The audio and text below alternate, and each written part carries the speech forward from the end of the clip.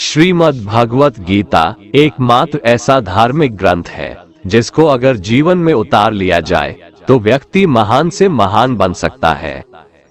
श्रीमद् भगवत गीता में हर उस चीज का वर्णन है जिसकी जरूरत मनुष्य को इस लोक में और परलोक में धर्म, कर्म, शांति और भगवत प्राप्ति के लिए होती है। पितृ दोष से मुक्ति कैसे पाएं? इसके लिए गीता के 7वें अध्याय में श्री भगवान इसका महत्व बताते हुए कहते हैं कि इस अध्याय में वर्णित 30 श्लोकों के पाठन से भी पितृदोष से मुक्ति पाई जा सकती है। अगर आप भी पितृपक्ष के दौरान पितृदोष से मुक्ति पाना चाहते हैं तो धार्मिक ग्रंथ श्रीमद् भगवत गीता के मुताबिक पितृपक्ष में पितृदोष से मुक्ति के लिए श्रीमद् भगवत गीता के 7वें अध्याय में वर्णित सभी 30 श्लोकों का पाठ करना चाहिए। इससे पितृ प्रेत योनि से मुक्त होते हैं और पितृदोष भी समाप्त हो जाता है। तो चलिए भगवत गीता के 7वें अध्याय के 30 श्लोकों को सरल हिंदी भाषा में सुनते हैं। श्रीमद् भगवत गीता अध्याय 7 ज्ञान विज्ञान योग।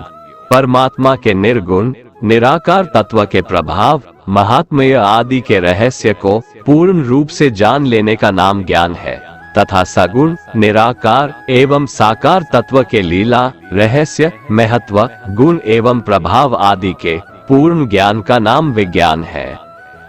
इस अध्याय के पहले श्लोक में श्री भगवान कहते हैं कि हे अर्जुन, अब उसको सुन जिससे तू योग का अभ्यास करते हुए मुझ में अनन्य भाव से मन को स्थित करके और मेरी शरण होकर संपूर्णता से मुझको बिना किसी संशय के जान सकेगा। अब मैं तेरे लिए उस परम ज्ञान को अनुभव सहित कहूंगा जिसको पूर्ण रूप से जानने के बाद भविष्य में इस संसार में तेरे लिए अन्य कुछ भी जानने योग्य शेष नहीं रहेगा। हे अर्जुन, हजारों मनुष्यों में से कोई एक मेरी प्राप्ति के लिए प्रयत्न करता है और उन प्रयत्न करने वालों में भी कोई एक ही होता है जो मुझे यथार्थ रूप से जान पाता है। पृथ्वी, जल, अग्नि, वायु, आकाश, मन, बुद्धि और अहंकार, ऐसे यह 8 प्रकार के भेदों वाली तो मेरी जड़ स्वरूप अपरा प्रकृति है। हे अर्जुन, परंतु इस जड़ स्वरूप अपरा प्रकृति के अतिरिक्त अन्य चेतन दिव्य स्वरूप परा प्रकृति को जानने का प्रयत्न कर, जिसके द्वारा जीव रूप से संसार का भोग किया जाता है। यहाँ अपरा प्रकृति का अर्थ माया है। ये पृथ्वी, जल, अग्नि, वायु, आकाश, मन, बुद्धि और अहंकार, ये सब माया ही तो है और परा प्रकृति का अर्थ यहाँ आत्मा से है। हे अर्जुन, तू मेरी इन जड़ तथा चेतन प्रकृतियों को ही सभी प्राणियों के जन्म का कारण समझ और मैं ही इस संपूर्ण जगत की उत्पत्ति तथा प्रलय का मूल कारण हूँ। हे धनंजय, मेरे अतिरिक्त अन्य कुछ भी नहीं है। जिस प्रकार माला में मोती धागे में गूंथे रहते हैं, उसी प्रकार यह संपूर्ण जगत मणियों के समान मुझ में ही गूंथा हुआ है। हे कुंती पुत्र अर्जुन, मैं ही जल का स्वाद हूँ, सूर्य तथा चंद्रमा का प्रकाश हूँ, समस्त वैदिक मंत्रों में ओंकार हूँ, आकाश में ध्वनि हूँ और पुरुषों में पुरुषत्व भी मैं ही हूँ। मैं पृथ्वी में पवित्र गंध हूँ, अग्नि में उष्मा हूँ, समस्त प्राणियों में उनका जीवन हूँ और तपस्वियों में तप भी मैं हूँ। हे अर्जुन, तू मुझको ही सभी प्राणियों का अनादि अनंत बीज समझ। मैं बुद्धिमानों की बुद्धि और तेजस्वी मनुष्यों का तेज हूँ। मैं बलवानों का कामना रहित और आसक्ति रहित बल हूँ और सब प्राणियों में धर्मानुसार विषयी जीवन हूँ। प्रकृति के 3 गुण सत्व गुण, रज गुण और तम गुण से उत्पन्न होने वाले भाव, उन सबको तू मुझसे उत्पन्न होने वाला समझ, परंतु प्रकृति के गुण मेरे अधीन रहते हैं, मैं उनके अधीन नहीं हूँ। प्रकृति के इन तीनों गुणों से उत्पन्न भावों द्वारा संसार के सभी जीव मोहग्रस्त रहते हैं। इस कारण वे मुझ परम अविनाशी को नहीं जान पाते हैं। हे अर्जुन, इन तीनों दिव्य गुणों से युक्त मेरी माया को पार कर पाना असंभव है, परंतु जो मनुष्य मेरे शरणागत हो जाते हैं वो मेरी इस माया को आसानी से पार कर जाते हैं। मनुष्यों में अधर्मी और दुष्ट स्वभाव वाले मूर्ख लोग मेरी शरण ग्रहण नहीं करते हैं। ऐसे नास्तिक स्वभाव धारण करने वालों का ज्ञान मेरी माया द्वारा हर लिया जाता है।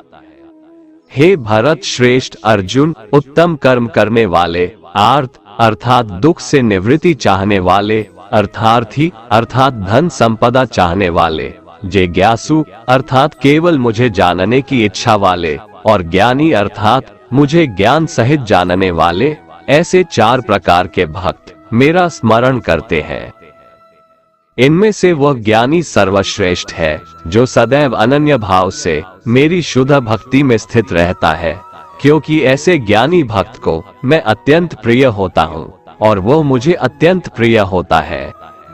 यद्यपि ये चारों प्रकार के भक्त उदार हृदय वाले हैं, परंतु मेरे मत के अनुसार ज्ञानी भक्त तो साक्षात मेरा ही स्वरूप होता है, क्योंकि वह स्थिर मन बुद्धि वाला ज्ञानी भक्त मुझे अपना सर्वोच्च लक्ष्य जानकर मुझ में ही स्थित रहता है।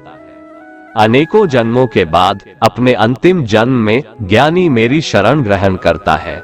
उसके लिए सभी के हृदय में स्थित सब कुछ मैं ही होता हूँ। ऐसा महात्मा अत्यंत दुर्लभ होता है। जिन मनुष्यों का ज्ञान सांसारिक कामनाओं के द्वारा नष्ट हो चुका है, वे लोग अपने अपने स्वभाव के अनुसार पूर्व जन्मों के अर्जित संस्कारों के कारण प्रकृति के नियमों के वश में होकर अन्य देवी देवताओं की शरण में जाते हैं। मनुष्य अपनी श्रद्धा के अनुसार जिस भी देवी देवताओं का पूजन करते हैं, मैं उसकी श्रद्धा को उन्हीं देवी देवताओं के प्रति स्थिर कर देता हूँ। वह भक्त सांसारिक सुख की कामनाओं से श्रद्धा से युक्त होकर उन देवी देवताओं की पूजा आराधना करते हैं और उसकी वह कामनाएं पूर्ण भी होती है, किंतु वास्तव में ये सभी इच्छाएं मेरे द्वारा ही पूरी की जाती है। परंतु उन अल्प बुद्धि वालों को प्राप्त वह फल क्षणिक होता है और भोगने के बाद समाप्त हो जाता है। देवताओं को पूजने वाले देवलोक को प्राप्त होते हैं, किंतु मेरे भक्त मेरे परम धाम को ही प्राप्त होते हैं। बुद्धिहीन मनुष्य मुझ अप्रकट परमात्मा को मनुष्य की तरह जन्म लेने वाला समझते हैं, इसलिए वह मेरे सर्वश्रेष्ठ अविनाशी स्वरूप के परम प्रभाव को नहीं समझ पाते हैं। मैं सभी के लिए प्रकट नहीं हूँ, क्योंकि मैं अपनी योग माया द्वारा आच्छादित रहता हूँ। इसलिए यह मूर्ख मनुष्य मुझ अविनाशी परमात्मा को नहीं समझ पाते हैं।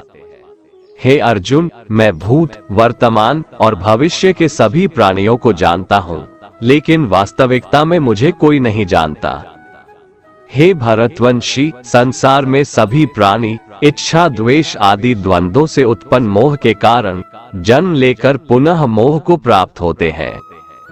परंतु जिस मनुष्य ने पूर्व जन्मों में और इस जन्म में पुण्य कर्म किए हैं तथा उसके सभी पाप पूर्ण रूप से नष्ट हो चुके हैं, वह दृढ़ संकल्प के साथ मेरी भक्ति करके मोह आदि सभी द्वंद्वों से मुक्त हो जाते हैं। जो मनुष्य मेरी शरण होकर वृद्धावस्था और मृत्यु से मुक्ति पाने की इच्छा करता है, ऐसे मनुष्य उस ब्रह्म को, परमात्मा को और उसके सभी कर्मों को पूरी तरह से जानते हैं। जो मनुष्य मुझे अधिभूत अर्थात संपूर्ण जगत का कर्ता, अधिदैव अर्थात संपूर्ण देवताओं का नियंत्रक तथा अधियज्ञ अर्थात संपूर्ण फलों का भोक्ता समझता है और जिसका मन निरंतर मुझ में स्थित रहता है, वह मनुष्य मृत्यु के समय में भी मुझे जानता है और मेरे परम धाम को प्राप्त होता है। दोस्तों, अगर आपको हमारा ये वीडियो पसंद आया तो कमेंट में जय श्री राधे कृष्ण लिखें और ऐसे ही प्रेरणादायक वीडियो देखने के लिए हमारे चैनल को सब्सक्राइब कर लें।